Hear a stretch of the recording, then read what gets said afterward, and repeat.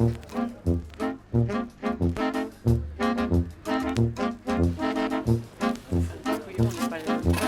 oui, oui, ça fait un peu bizarre. Bah bien, ah oui, non,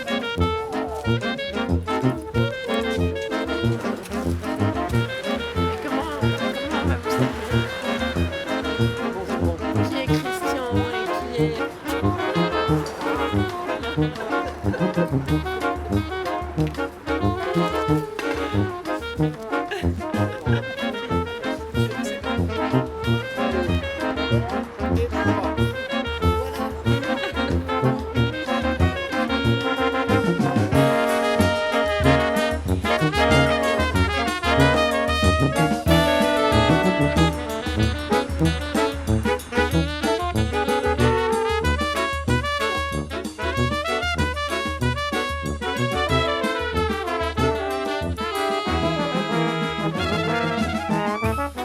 Tu t'appelles Christian Taguet. C'est ça. On t'appelle aussi Kiki. C'est ça, exactement, très bien renseigné. Tu viens du monde du cinéma et du théâtre et tu es aussi le créateur du cirque baroque, un cirque un peu différent des autres. Et enfin, tu as aussi une histoire avec le 14e. J'ai été dans un cours de théâtre qui était animé par Guy Kayat à l'époque. C'était à la Porte de Vanves. Et donc, c'était déjà dans le 14e, on était toujours là-bas, très souvent. Et ça a duré 3 ans, jusqu'en 68, où là, il y a eu des petits problèmes avec mai 68 et on n'était pas trop d'accord. Donc j'ai quitté cette compagnie en 68 et là, j'ai fait surtout du théâtre et du cinéma et de la télévision, jusqu'en 72 à peu près, mais à partir de 70, je faisais aussi de la fanfare. J'intervenais pas mal dans la rue et petit à petit, c'est ça qui m'a donné l'envie et l'idée de faire du cirque, parce que j'ai appris à jongler, à marcher sur une corde, etc. Voilà.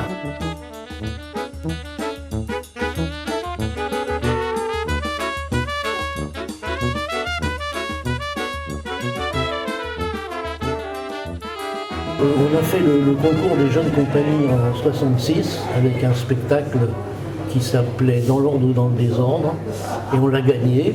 Et donc cette compagnie après s'est fixée sur Malakoff à l'invitation du maire. Et j'avais pas mal de copains que j'ai retrouvés ici récemment, dont Michel Jonas, et puis Luc Kester, Albert Drey, tout ça. On avait nos habitudes dans le coin, et puis voilà quoi. Au maréchal Brune. C'est ça, exactement. C'est de là qu'on balançait des œufs, des fois, sur des flics, pour s'amuser. Albert Drey. Tu as aussi squatté quelques mois dans une école de la rue Vercingétorix. C'est exact, avec Payette, enfin, avec le Puy aux images et Payette, mais à ce moment-là d'ailleurs il y avait Bartabas qui venait nous faire la cour pour entrer dans la compagnie qui allait créer Payette, qui était le Cirque Aligre. Et puis voilà, après je le revois régulièrement, on se téléphone, ça fait quand même une histoire qui dure depuis quelques années. Ouais, c'est sympathique. Mais auparavant, donc j'ai fait pas mal de tournages. J'ai tourné avec Claude Berry dans Le Pistonnet. J'étais un gars qui n'avait pas d'enfant. C'était un rôle qui était écrit pour une personne et qui a été scindé pour 2. Avec le deuxième, c'était Coluche. C'était son premier film d'ailleurs, et moi aussi. Et c'était marrant. J'ai tourné avec William Klein dans Mr. Freedom, puis pas mal de télé aussi. En 1973, tu as créé la compagnie Le Puy aux images. C'est ça. Et en 1986, c'est devenu le cirque baroque. C'est ça. Est-ce que tu peux nous parler de la spécificité de ce cirque? Oui, bien sûr. C'est un cirque d'abord déjà sans animaux. À l'époque, tous les cirques avaient des animaux. Et puis en fait, on aimait bien raconter des histoires. Et on s'appelait baroque après parce que baroque, ça veut dire contraire à l'usage. Et on trouvait que ça nous allait bien. Mais en dehors du fait qu'il n'y avait pas d'animaux, qu'est-ce qu'il y avait d'autre comme caractéristique? Un spectacle comme Ningen, par exemple, c'est un spectacle qui est inspiré par Mishima. Et c'est un spectacle qui raconte une histoire. Il y avait de la danse, il y avait... De la danse, beaucoup d'acrobatie, toutes les disciplines traditionnelles du cirque, sauf les animaux, bien sûr. C'est ce qu'on a appelé le nouveau cirque. C'est ça, mais ça c'était même à l'époque du Puy aux images. en 81, je crois, un truc comme ça. C'est Madonna Miglione qui était journaliste à Libération, comme ça, qui est venue voir notre spectacle et qui a inventé ce vocable. De nouveaux cirques. Qui est resté après.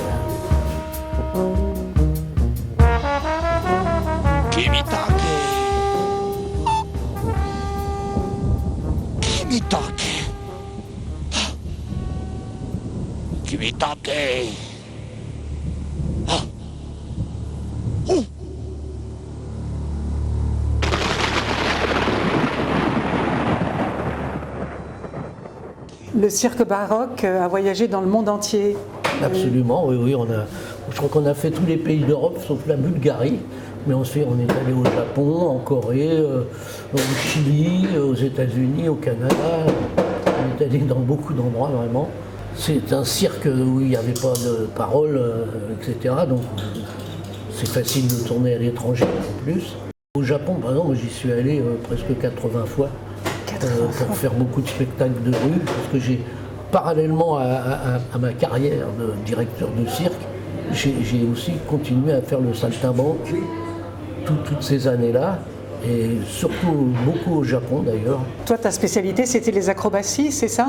C'était un personnage clownesque de rue, monsieur Kikitov, ce qui m'empêchait pas de faire des choses acrobatiques. Je faisais de la corde molle tenue d'un côté par les gens publics. Je faisais du jonglage, je faisais cracher le feu, je jouais du sax, enfin bon.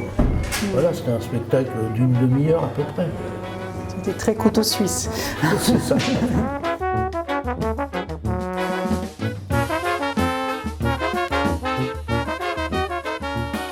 À partir de 1968, tu as fréquenté le tout Montparnasse, notamment au Rosebud, au Select, à la Coupole. Ouais, c'est Quel ça. souvenir en gardes-tu? Qui as-tu rencontré? D'excellents souvenirs, parce que c'était assez festif dans l'ensemble. J'allais aussi avec la fanfare, on jouait, on montait sur les marches de la Coupole, on jouait un morceau, ce qu'ils ne voulaient pas qu'on joue, mais une fois qu'on avait commencé, et on ramassait pas mal de fric avec les architectes, etc. Et puis j'avais connu pas mal de gens en tournant avec William Klein, Mr. Freedom, notamment Gainsbourg, et je le retrouvais souvent à la Coupole ou au Select, ou les deux d'ailleurs en général. Vers minuit, on passait de la Coupole au Rosebud. Ouais, c'était bien, c'était bien. Tu as fréquenté aussi toute la bande du Café de la Gare. Absolument, absolument. Mais comme je sortais de chez Kayak, j'avais pas trop envie de rentrer parce qu'au début, il fallait tout repeindre, mais je les ai quand même vus assez régulièrement. Et puis Coluche, je l'avais connu avant. C'était un bon Donc, copain à toi. Ouais, c'était un bon copain, absolument. Absolument. Et le Café de la Gare, bah oui, c'était bien. Les premiers spectacles, les boulons dans mon yaourt, tout ça, c'était un bon souvenir pour moi.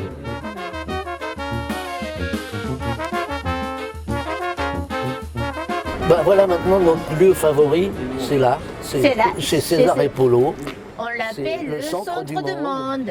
Voilà, on a plein de copains maintenant là-bas qu'on s'est fait à la terrasse, au bar et tout.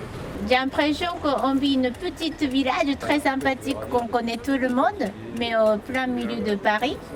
Ouais. Donc ce qu'on aime bien, c'est tout le monde est On familier. convoque les vieux copains comme Jonas et les trois Michel. Michel Briden, un dessinateur qui était aussi chez Kayak, Jonas qui était chez Kayak et Albert Drey.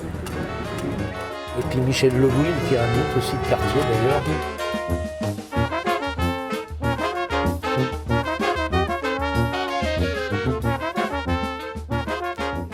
Ces deux loups viennent de ce spectacle du cirque baroque. Il y en avait 8 exactement. Et donc on a gardé les masques parce qu'on a trouvé ça bien.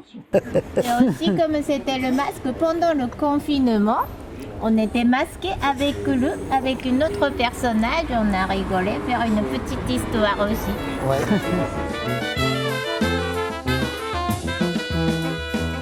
Ouais, le cirque dégueu.